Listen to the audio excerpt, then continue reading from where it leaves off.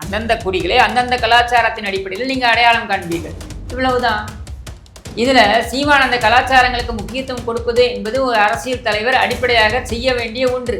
வேற்றுமையில் ஒற்றுமைன்னு சொல்கிறோம் இல்லையா? இந்த வேற்றுமையில் ஒற்றுமை என்பது பாரதத்திற்கு மட்டும் பொருந்தாது. தமிழ் தேசியம் என்று பேசக்கூடியவர்களுக்கும் அந்த பொது அடையாளத்திற்கும் இது பொருந்தும். அவ்வளவுதான். ஒவ்வொரு சாதியிலும் இருக்கக்கூடிய சிறப்பு அம்சங்களை பேசுவதற்கு அவர் தவறவில்லையே. ஏன் பேச தவறவில்லை? ஏனென்றால் இது ஒன்றும் தனித்துவ அடையாளம் கொண்டது. இந்த தனித்துவ அடையாளங்கள் எல்லாம் தங்களுடைய வேற்றுமைகளை சற்றே தள்ளி வைத்துவிட்டு ஒரு பொது அடையாளத்தை நாட வேண்டும். அந்த பொது அடையாளம் தமிழ் தேசியமாக இருக்க வேண்டும் என்று சொல்வதில் என்ன தவறு இருக்க முடியும்? வாக்குகளுக்காக அரசியல் செய்யக்கூடியவர்கள் அது ஓட்டை கன்வெர்ட் ஆகுமான்னு கேட்பாங்க. நீ ஓட்டு போட்டால் போடு, போராட்டி போன்னு சொல்லக்கூடிய சீமான் போன்ற தலைவர்கள் அதை கடந்து இருக்கக்கூடிய ஒரு தலைவர்களாக நான் பார்க்குறேன். அப்படிப்பட்ட தலைவர்கள் சமுதாயத்திற்கு என்ன நன்மை என்பதை தான் முதன்மையாக பார்ப்பார்களே தவிர வாக்குகளே அதுக்கப்புறம் ரெண்டாவதாக தான் பார்ப்பாங்க. இந்த வேற்றுமைகளே இல்லை, இது எல்லாமே அழிக்கப்பட வேண்டும், மழுங்கடிக்கப்பட வேண்டும் நீ சொல்கிறனா என் கலாச்சாரத்தை நீ குலைக்க வேண்டும் என்று நினைக்கிறேன். இப்படிதான் நான் எடுத்துகிட்டு போனோம். காலங்காலமாக என் முன்னோர்கள் வழிபட்டு வந்த அல்லது என் முன்னோர்கள் பின்பற்றி வந்த அந்த கலாச்சாரத்தை நான் ஏன் மழுங்கடிக்க வேண்டும்? மழுங்கடிக்காமல் என்னால் அந்த பொது அடையாளத்தை ஏற்றுக்கொள்ள முடியும் என்கிற பொழுது இன்னும் சொல்ல வேண்டும் என்றால் மழுங்கடிக்காமல் இருந்தால்தான் இந்த பொது அடையாளத்திற்கு சிறப்பு அம்சமாக இருக்கும் என்கிற பொழுது அதைத்தானே நான் தூக்கி பிடிக்கணும். அதைத்தான் சீமான் செய்கிறார். இதில் என்ன தப்பு இருக்க முடியும்?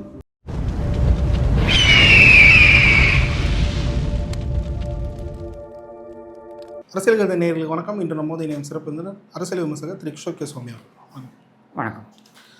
சீமான் அவர்கள் இப்போ கடந்த காலங்களில் பார்த்தீங்கன்னா பல போராட்டங்களை முன்னெடுத்தார். அந்த போராட்டங்கள் முன்னெடுக்கும் போது இது குறிப்பிட்ட சமூகத்திற்காக செய்கிறாரு அப்படின்ற குற்றச்சாட்டுகளை பல்வேறு தரப்பினர் வச்சுருந்தாங்க. இப்போது பொது வெளியில் பேசக்கூடிய பல பேர் சொல்லக்கூடிய விஷயங்கள் என்னென்னா, இது இந்த மாதிரி ஜாதி கட்டமைப்புகள் கொண்ட விஷயங்களை கையில் எடுத்து தமிழ் தேசியத்துக்கு எதிரானது அப்படின்ற மாதிரி ஒரு விஷயமும் இதை சீமான் கையில் எடுக்கிறாரு அப்படின்ற ஒரு விஷயத்தையும் சொல்லியிருக்காங்க. இந்த மாதிரி விஷயங்கள் தமிழ் தேசியத்துக்கு எதிரானதா இல்லை அந்த மாதிரி எடுக்கிறது சாத்தியம் இல்லாத? அதாவது தேசியம் என்பது ஒரு அரசியல் கட்டமைப்பு, பொலிட்டிக்கல் கன்ஸ்ட்ரக்ட்னு சொல்லக்கூடியதுதான் தேசியம். சரியா? இப்போ நீங்கள் தமிழர் பூமியிலேயே பார்த்தீங்கன்னாக்க நிறைய மன்னர்கள் இருந்தாங்க. அவரவருக்கு ஒரு தேசியம் இருந்தது. பாண்டிய மன்னர்கள் இருந்தார்கள், சோழ மன்னர்கள் இருந்தார்கள், சேர மன்னர்கள் இருந்தார்கள், இந்த மாதிரி பல்லவ மன்னர்கள் இருந்தார்கள், தொண்டைமான் இருந்தார், அதியமான் இருந்தார், குறுநில மன்னர்கள் இருந்தார்கள். இப்படி ஒவ்வொருவருக்கும் ஒரு தேசியம்னு இருந்தது. அதை ஒருங்கிணைத்து தமிழ் என்ப அடையாளத்தில் நான் தமிழ் தேசியம் அப்படின்னு நீங்கள் கொண்டு வரீங்க அப்படின்னாலும் கூட அது ஒரு அரசியல் வட்டமாகத்தான் பார்க்க முடியுமே தவிர்த்து அதை ஒரு கலாச்சார அடையாளமாக நம்ம பார்க்க முடியாது. ஏன் கலாச்சார அடையாளமாக பார்க்க முடியாதுன்னா அதுக்குள்ளே பல கலாச்சாரங்கள் அடங்கி இருக்கு. தமிழ் தேசியம் நம்ம சொல்கிறோன்னா அதுக்குள்ளே பல கலாச்சாரங்கள் அடங்கி இருக்குது. ஏன் பல கலாச்சாரங்கள் அடங்கி இருக்குன்னா இப்போ சீமான் ஒரு மேடையில் சொல்கிறார், நான் போய் மாட்டு இறைச்சியை சாப்பிடு அப்படின்னு சொல்கிறார். சரியா? இப்போ தமிழ் சமூகங்கள்லேயே பல சமூகங்கள் மாட்டு இறைச்சியை அறவே உண்ண மாட்டார்கள். இது அவங்களுடைய கலாச்சாரம். பசுக்களை தெய்வமாக வணங்கக்கூடிய அவங்களுடைய கலாச்சாரம். சரியா? இப்போ இந்த எல்லா கலாச்சாரத்தோட கூட்டமைப்பு தான் இந்த தேசியம் அப்படின்றது. இந்திய தேசியம் நீங்கள் சொல்கிறதா இருக்கட்டும், தமிழ் தேசியம் நீங்கள் சொல்கிறதா இருக்கட்டும், இந்த தேசியம் என்பது இதுக்கான ஒரு பொது அடையாளத்தை நம்ம கொண்டு வரும். இந்த பொது அடையாளத்துக்குள்ளே பல கலாச்சாரங்கள் அங்கமாக இருக்குது. அப்படின்னும் பொழுது ஒவ்வொரு கலாச்சாரத்தையும் நம்ம போற்றி வணங்க வேண்டும். இப்போ நீங்கள் யாதவர்களுடைய கோனார்னு சொல்லி யாதவர்களே முன்னிறுத்துகிறார் சீமான். இந்த கோனார்கள் மாநாட்டில் போயிட்டு அல்லது கோனார்கள் கூட்டத்தில் போயிட்டு நீ மாட்டு இறைச்சியை சாப்பிடு, மாட்டுக்கறியை சாப்பிடுன்னு சொல்ல முடியுமா சீமானால்? முடியாது. ஏன்னா அவர்களுடைய கலாச்சாரம் அதை ஏற்றுக்கொள்ளாது. சரியா?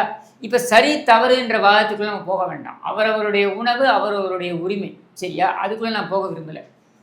ஆனால் இந்த கலாச்சாரம் அதை அனுமதிக்கலை அப்படின்றதை சீமான் புரிந்து கொண்டிருப்பார் இல்லையா? அப்போ தமிழ் தேசியம்ங்கிற பொது வட்டத்துக்குள்ளே நீ பொதுவாக ஒரு உணவை கொண்டு திணிக்க முடியுமா? முடியாது. இதுதான் உன்னுடைய உணவு கலாச்சாரமாக இருக்க வேண்டும்னு சொல்ல முடியுமா? முடியாது இல்லையா? அப்போது அந்த வேற்றுமைகளை எல்லாம் உள்வாங்கி கொண்டு இந்த தமிழ் தேசியம் என்பது இயங்கும் அப்படின்றது தான் பொது புரிதல். அப்போ இந்த புரிதலை ஏற்றுக்கொள்ளாமல் நாங்கள் மாட்டு இறைச்சியை உண்போம் அப்படின்றத நீ கொண்டு பொது கலாச்சாரமாக நீ திணிப்ப, அதை தமிழ் தேசியம் என்கிற போர்வையில் திணிப்ப, அதை திணிக்க வேண்டும் என்றால் இந்த தனித்துவ அடையாளங்கள் மழுங்கடிக்கப்பட வேண்டும்னு நீ சொல்லுவ. அந்த அடையாளங்கள் மழுங்கடிக்கப்படவில்லை என்றால் நீங்கள் குடிதேசியம் என்று பேசுகிறீர்கள், இது தப்பு. குடிப்பெருமையை பேசுகிறீர்கள், இது தப்பு என்று நீங்கள் சொல்வீர்கள் என்றால் நீ என் தட்டிற்குள் நுழைகிறாய் என்று பொருள். நான் உன் தட்டிற்குள் நுழையக்கூடாது. அப்போது அதுவே எனக்கும் தானே பொருந்தும், அந்த உரிமை எனக்கும் தானே பொருந்தும். ஏன் தட்டிற்குள்ளே நீ நுழையக்கூடாது இல்லை? அப்போது இதைத்தான் நம்ம சொல்கிறோம். இந்த வேற்றுமைகளை நீங்கள் எப்படி அடையாளம் காண்பீங்க? முடியாது. அந்தந்த குடிகள் அந்தந்த குடிகளுடைய கலாச்சாரத்தின் அடிப்படையில் நீங்கள் அடையாளம் காண்பீங்க. முடியாதுன்னு இல்லை, அந்தந்த குடிகளை அந்தந்த கலாச்சாரத்தின் அடிப்படையில் நீங்கள் அடையாளம் காண்பீர்கள். இவ்வளவுதான். இதில் சீமான் அந்த கலாச்சாரங்களுக்கு முக்கியத்துவம் கொடுப்பது என்பது ஒரு அரசியல் தலைவர் அடிப்படையாக செய்ய வேண்டிய ஒன்று. வேற்றுமையில் ஒற்றுமைன்னு சொல்கிறோம் இல்லையா? இந்த வேற்றுமையில் ஒற்றுமை என்பது பாரதத்திற்கு மட்டும் பொருந்தாது, தமிழ் தேசியம் என்று பேசக்கூடியவர்களுக்கும் அந்த பொது அடையாளத்திற்கும் இது பொருந்தும். அவ்வளவுதான். சரி, ஆனால் அது ஈஸியாக வந்து மேலோட்டமாக பார்க்கும்போது ஜாதிகளை வந்து ஒன்றிணைக்காம ஜாதி வாக்குகளுக்காக பண்ணுறாங்க அப்படின்னு. ஜாதி வாக்குகள்னு ஏன் நீங்கள் பார்க்குறீங்க? அப்படி இப்படி ஜாதி வாக்குகள்னு பார்க்கக்கூடிய தலைவராக சீமான் இருந்தார் என்றால் அவர் தன்னுடைய சாதியிலேயே மிகப்பெரிய தலைவராக அவர் உயர்ந்து இருந்திருக்கலாமே. எக்ஸாக்ட்லி. அவர் அதை செய்யலையே. சரியா? ஒவ்வொரு சாதியிலும் இருக்கக்கூடிய பெருமைகளை அல்லது பெருமைகள் என்பதை விட சிறப்பு அம்சங்களை, இது சரியா இருக்கும், பெருமைன்னு சொல்ல வேண்டாம், சிறப்பு அம்சங்கள்னு சொல்லுவோம். ஒவ்வொரு சாதியிலும் இருக்கக்கூடிய சிறப்பு அம்சங்களை பேசுவதற்கு அவர் தவறவில்லையே. ஏன் பேச தவறவில்லை? ஏனென்றால் இது ஒன்றும் தனித்துவ அடையாளம் கொண்டது. இந்த தனித்துவ அடையாளங்கள் எல்லாம் தங்களுடைய வேற்றுமைகளை சற்றே தள்ளி வைத்துவிட்டு ஒரு பொது அடையாளத்தை நாட வேண்டும். அந்த பொது அடையாளம் தமிழ் தேசியமாக இருக்க வேண்டும் என்று சொல்வதில் என்ன தவறு இருக்க முடியும்? இந்த வேற்றுமைகளே இல்லை, இது எல்லாமே அழிக்கப்பட வேண்டும், மழுங்கடிக்கப்பட வேண்டும் நீ சொல்கிறனா, என் கலாச்சாரத்தை நீ குலைக்க வேண்டும் என்று நினைக்கிற. இப்படி தான் நான் எடுத்துகிட்டு போனோம். காலங்காலமாக என் முன்னோர்கள் வழிபட்டு வந்த அல்லது என் முன்னோர்கள் பின்பற்றி வந்த அந்த கலாச்சாரத்தை நான் ஏன் மழுங்கடிக்க வேண்டும்? மழுங்கடிக்காமல் என்னால் அந்த பொது அடையாளத்தை ஏற்றுக்கொள்ள முடியும் என்கிற பொழுது, இன்னும் சொல்ல வேண்டும் என்றால் மழுங்கடிக்காமல் இருந்தால்தான் இந்த பொது அடையாளத்திற்கு சிறப்பு அம்சமாக இருக்கும் என்கிற பொழுது அதைத்தானே நான் தூக்கி பிடிக்கணும். அதைத்தான் வந்து சீமான் செய்கிறார். இதில் என்ன தப்பு இருக்க முடியும்? ஓகே சார், இப்போ இந்த மாதிரி வந்து இஷ்யூஸை ஒரு சமூகத்துக்கான ஒரு இஷ்யூஸையும் வந்து கையில் எடுத்து அதை வந்து போராட்ட வரியிலோ இல்லை மாநாடு வரியிலோ அவங்க வந்து பண்ணுறாங்கன்னா அது வந்து ஓட்ஸாக கன்வெர்ட் ஆக வாய்ப்பு இருக்கா சார்? வாக்குகளுக்காக அரசியல் செய்யக்கூடியவர்கள் அது ஓட்டாக கன்வெர்ட் ஆகுமான்னு கேட்பாங்க. நீ ஓட்டு போட்டால் போராட்டி போன்னு சொல்லக்கூடிய சீமான் போன்ற தலைவர்கள் அதை கடந்து இருக்கக்கூடிய ஒரு தலைவர்களாக நான் பார்க்குறேன். அப்படிப்பட்ட தலைவர்கள் சமுதாயத்திற்கு என்ன நன்மை என்பதைத்தான் முதன்மையாக பார்ப்பார்களே தவிர வாக்குகளே அதுக்கப்புறம் ரெண்டாவதாக தான் பார்ப்பாங்க. அப்படிப்பட்ட தலைவர்கள் தான் இந்த சமுதாயத்துக்கு நன்மை பயக்கக்கூடியவர்களாக இருப்பார்கள். ஏனென்றால் வாக்கு அரசியலுக்காக எதை வேண்டுமானாலும் செய்யலாம் என்கிற நிலைக்கு அவர் தள்ளப்பட மாட்டார்கள் அப்படின்னு நம்ம சொல்லலாம். நிச்சயமா சார். ஆனால் இப்போது எண்ட் ஆஃப் தி டே அது வந்து ஒரு எலெக்ஷன் பார்ட்டி தான், அவங்க வந்து கையில் எடுக்கிறாங்க இஷ்யூ. அது இருக்குங்க. யதார்த்த அரசியல் என்று வரும்பொழுது, தேர்தல் அரசியலில் யதார்த்த அரசியல் என்று வரும்பொழுது ஒரு சில இடங்களில் நம்ம விட்டு கொடுத்து செல்ல வேண்டும், சில இடங்களில் சமரசங்கள் தேவைதான் அப்படின்றத நம்ம வந்து வலியுறுத்தி சொல்கிறோம். அதெல்லாம் முடியாது, நான் எந்த சமரசமும் செய்து கொள்ள மாட்டேன் என்று சீமான் சொல்வார் என்றால் அதை அவருடைய தொண்டர்கள் ஆமோதிப்பார்கள் என்றால் நாம் எப்படி போய் தடுக்க முடியும்? அதை நிச்சயமாக முடியாது. அப்புறம் ஓகே சார், இதை தொடர்ந்து இப்போ சமீபத்தில் ஒரு இயக்குனர் அமீர் அவர் வந்து பேசும்போது திமுக ஆதரிக்க வேண்டிய கட்டாயத்தில் வந்து நான் இருக்கேன் அப்படின்ற ஒரு விஷயத்தை வந்து பதிவு. அவருக்கு பல்வேறு கட்டாயங்கள் இருக்கலாம். எதை சொல்கிறீங்க?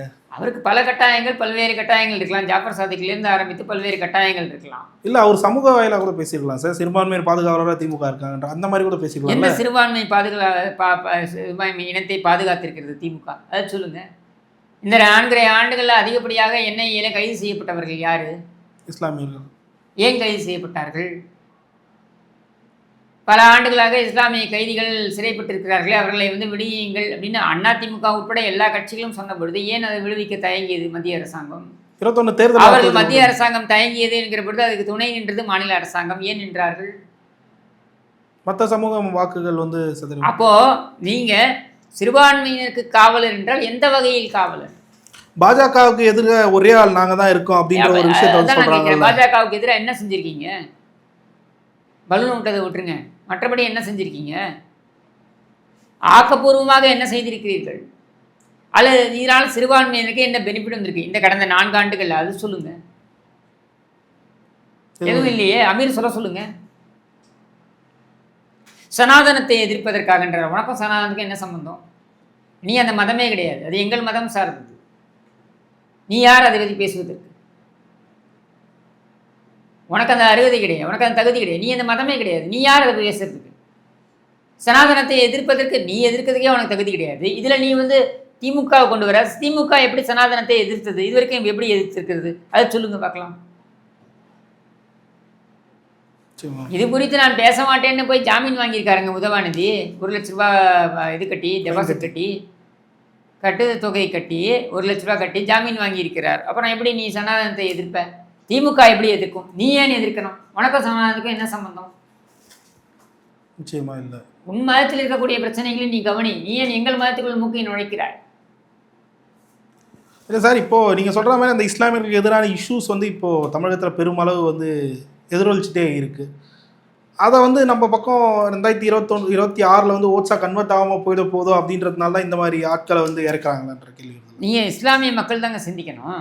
நீங்கள் கண்ணை மூடிக்கொண்டு எங்களுடைய 5வது கட்டளை இல்லை, அவங்களுக்கு சாய்ஸ் இல்லைல்ல சார். எதிர்க்க வந்து பாஜக கூட அதிமுக கூட்டணி வச்சுருக்காங்க. ஏங்க நீங்கள் ஏன் அதை வந்து சாய்ஸ் இல்லைன்னு எடுத்துக்கிறீங்க?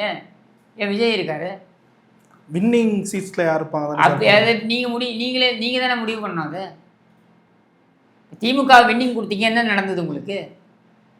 அதிமுகவாவது உங்களுக்கு அரணாக இருந்திருக்குன்னு சொல்லலாம். அதுக்கு பல்வேறு சான்றுகள் என்ன கொடுக்க முடியும்? திமுக என்ன செய்தது? நிச்சயமா ஒன்றும். அப்புறம் இல்லை, அவங்க point of வியூலேருந்து யோசிக்கணும்ல sir. DMK AIADMK 2 பேர் தான் மாற்றி மாற்றி ரூலிங்கில் இருக்காங்க. அதிமுக பக்கம் பாஜக வந்துருச்சு. சரி, நம்ம திமுக பக்கம் போனால் தான் நம்மள ஓரளவுக்கு ப்ரொடெக்ட் பண்ணுவாங்க. நீங்கள் பாஜகவோட இணக்கமான ஒரு போக்கை தாங்க திமுக கடைபிடிக்குது. இப்போ பாஜக என்ன எல்லா முஸ்லீம்களையும் தேடி தேடி வந்து சென்று விரட்டி அடிக்குதா? இல்லையே. நீங்களாக அந்த ஒரு கற்பனையை ஏற்படுத்திக்கிறீங்க. சரியா? பாஜகவை பொறுத்த வரைக்கும் அந்த கட்சி இன்றைக்கு காங்கிரஸ் இப்படி தமிழ்நாட்டில் இருக்கோ அந்த மாதிரி பாஜகவும் ஒரு கட்சியாக இங்கே தமிழ்நாட்டில் இருக்குது. பிரதான கட்சிகள் என்ன? திமுக, அதிமுக. அதிமுக முஸ்லீம்களுக்கு எதிராக என்ன செய்தது பட்டியலிடு. அதை விட கூடுதலாக திமுக தீமை செய்திருக்கிறது என்பதற்கான சான்றுகளை நான் கொடுக்குறேன். நீ ஏன் திமுகவை தேர்வு செய்தன்னா பாஜகனா இப்போ திமுக பாஜகவோட இணையம் இல்லையா? கூட்டணி வைக்கலையா? இந்த பாஜக என்கிற பூச்சாண்டியை காண்பித்து நீங்கள் உங்கள் தலையிலேயே மண்ணை வாரி போட்டுக் கொள்கிறீர்கள். ஏன்னா இந்த சமுதாயம் வேடிக்கை பார்த்து கொண்டிருக்காரு. பாஜகவாக இருக்கட்டும், எந்த கட்சியாக இருக்கட்டும், சிறுபான்மை மக்களை தமிழ்நாட்டில் இருக்கக்கூடிய தமிழ் பிரச்சனைகளாக, தமிழ்நாட்டு பிரஜைகளாக இருக்கக்கூடிய சிறுபான்மை மக்களை யார் தாக்கினாலும் அதை வேடிக்கை பார்த்து கொண்டு இருக்காது இந்த சமூகம். அதில் என்ன பாஜக, காங்கிரஸ், அவன் இவன் எல்லாம் அதையும் அப்படி பார்க்குறீங்க?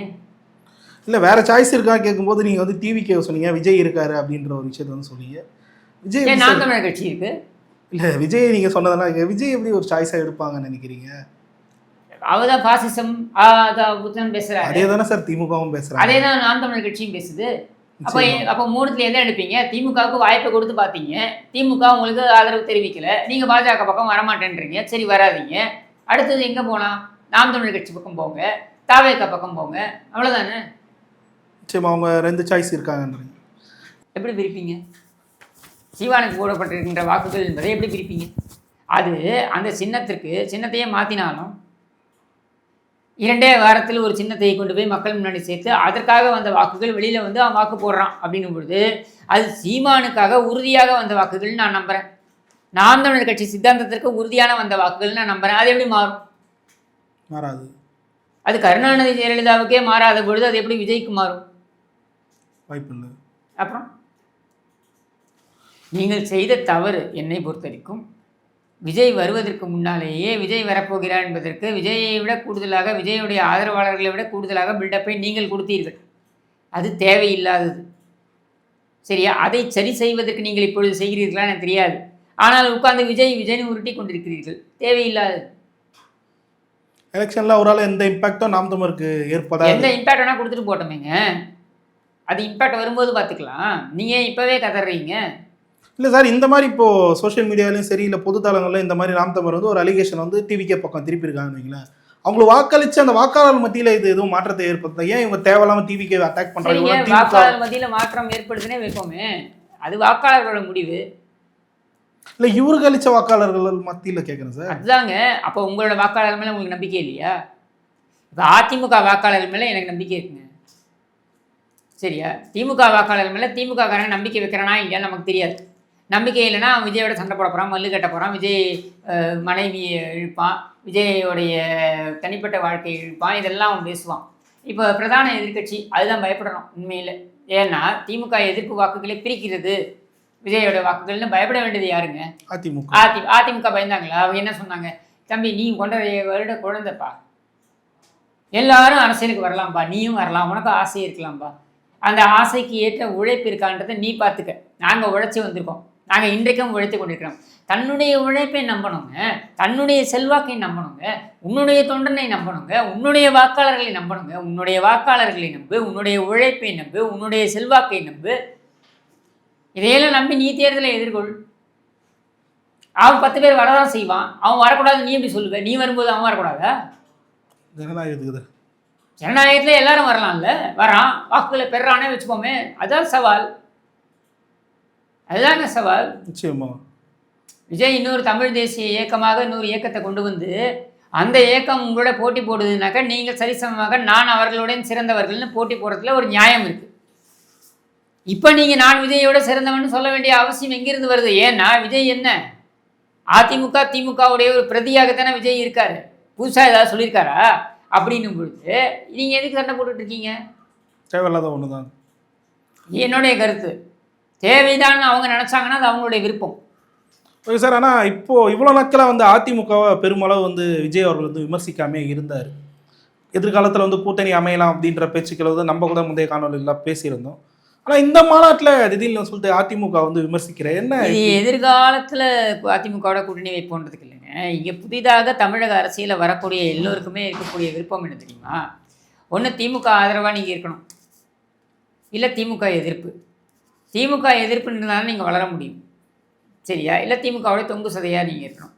ஸோ திமுக எதிர்ப்பு என்று வரக்கூடிய புதிய சக்தி இருக்கு இல்லையா, அவங்க வந்து அதிமுகவுடைய இடத்தை பிடிக்க வேண்டும் என்று தான் நினைப்பார்கள்.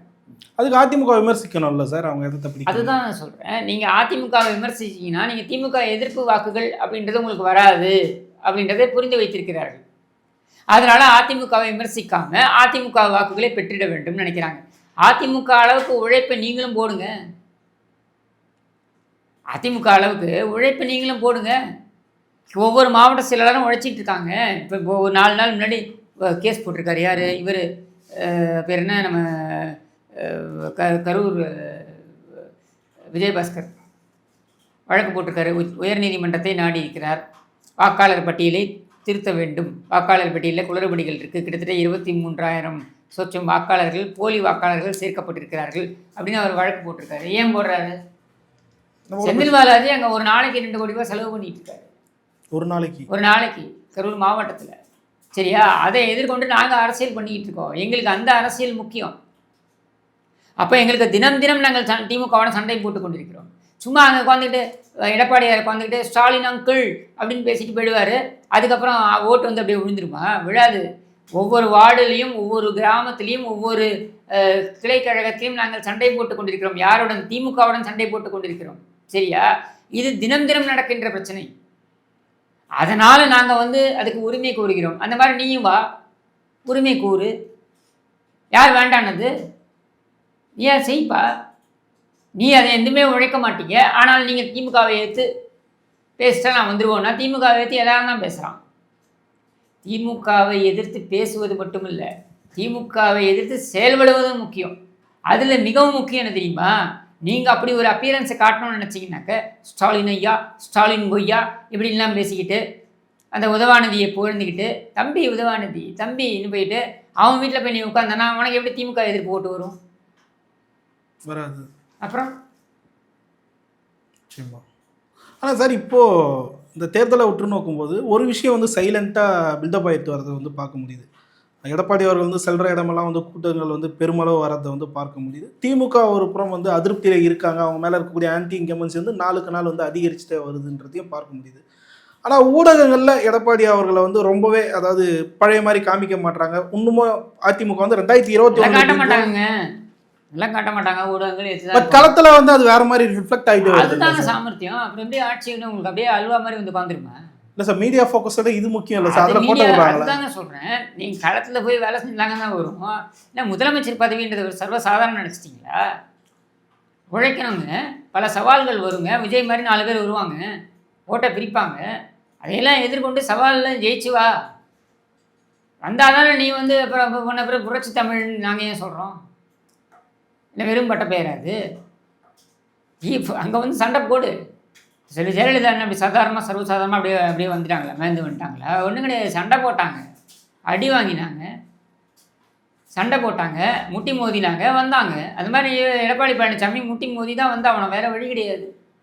அந்த சவாலை எதிர்கொண்டு வந்தால் அவர் தலைவர், அவ்வளோதானே. ஆனால் சார் இப்போ இதில் என்ன கேள்வினா சார், திமுக மேலே அந்த கேட்டது தான், திமுக மேலே அந்த ஆன்டி இன்கம்பன்சி இருக்குது, மறுபுறம் வந்து மீடியாக்களை வச்சு மட்டுமே அதை மறைச்சிடலாம் அப்படின்ற ஒரு போக்கு வந்து அதை அவங்க செய்ய தாங்க பண்ணுவாங்க, அவங்க அதுதாங்க பண்ணுவாங்க. பட் அவங்க எடுக்கக்கூடிய சர்வேக்கள்லேயே அதுக்கு ஆப்போசிட்டாக பல விஷயங்கள் வரது. அது மக்கள் கையில் இருக்குது. அது எப்படி ஓவர் கம் பண்ணுறோம்? நீ மீடியா ஃபுல்லாக அவன் கையில் வச்சுருக்கான். அதான் கேட்க வந்து இதை வச்சு ஓவர் கம் பண்ணுற முடியும்னு சொல்லிட்டு நினைக்கிறது சாத்தியமாகுமா? அது நினைக்கிறது அவங்களோட உரிமைங்க. அவன் நினச்சிட்டு போகிறான், அவன்கிட்ட பணம் இருக்குது, அவன் நினைக்கிறான். அதை ஓவர் கம் பண்ணி இது வேறுப்பா, நீ அப்படி நினச்சது தப்பு அப்படின்றத நாம் செயல் வடிவத்தை நம்ம நிரூபிப்போம் அப்படின்னு நான் நம்புகிறேன். இப்போ உதாரணத்துக்கு விஜயபாஸ்கர் நம்புகிறாரு, கரூரில் ஒரு நாளைக்கு 2 கோடி ரூபா செலவு பண்ணுறான் செந்தில் பாலாஜி. அந்த 2 கோடி ரூபாய் கடந்து மக்களுடைய ஆதரவை பெற்று நான் வந்து வெற்றி பெறுவேன் நம்பிக்கையை வைக்கிறது தாங்க, அதுதாங்க அரசியல். அப்போ அந்த அரசியல் நாங்கள் பண்ணுறோம்ல, நீ பண்ணு அந்த அரசியலை, அந்த அரசியலை மக்களுடைய நம்பிக்கையை வாங்கு. யார் வேண்டான்னு, யார் வேண்டுமானாலும் வாங்கலாம், நீ வரக்கூடாதுன்னு சொல்கிறதுக்கு நான் யார்? சொல்ல முடியாது. ஒரு கோடு, அதோட பெரிய கோடு தான் என்னால் போட முடியும். இந்த கோட்டை என்னால் அழிக்க முடியாது. அதுக்கான உரிமை எனக்கு கிடையாது ஜனநாயகத்தில். நான் ஒட்டுமொத்தமாகவே என்ன பார்க்குறேன்னா, இந்த பாஜக உள்ளே வந்துருன்ற நாடகம் இருக்குது பார்த்தீங்களா, இந்த நாடகத்தை முதல்ல சிறுபான்மை மக்கள் புரிந்து கொள்ள வேண்டும். இவர்கள் இணக்கமாகத்தான் இருக்கிறார்கள், சரியா? இவர்கள் எந்த காலத்திலும் இவர்களுடைய உரிமைகளை, தங்களுடைய சுயநலத்தை உங்களுக்காக விட்டு கொடுக்க மாட்டார்கள். உங்களுடைய பாதுகாப்பா அவர்களுடைய சுயநலமா என்றால் சுயநலத்திற்குத்தான் முக்கியத்துவம் கொடுப்பார்கள். அதை முதலில் புரிந்து கொள்ளுங்கள்.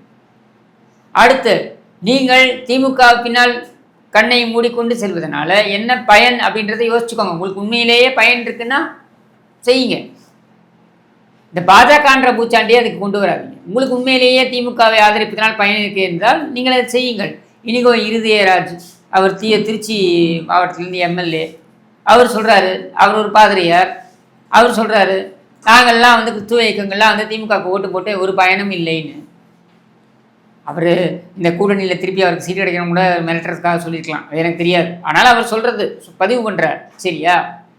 இப்படி ஒவ்வொரு சிறுபான்மை சமூகமும் இந்த நிலையில் தான் இருக்குது. ஆனால் பாஜக உள்ள வந்துடும்ன்ற மாய தோற்றத்தை இவர்கள் ஏற்படுத்தி இந்த வாக்குகளை தங்கள் பக்கம் வைத்துக் கொள்ள வேண்டும் என்று முயற்சி மேற்கொள்கிறார்கள். நிச்சயமா சார். பலர்கள் நன்றி.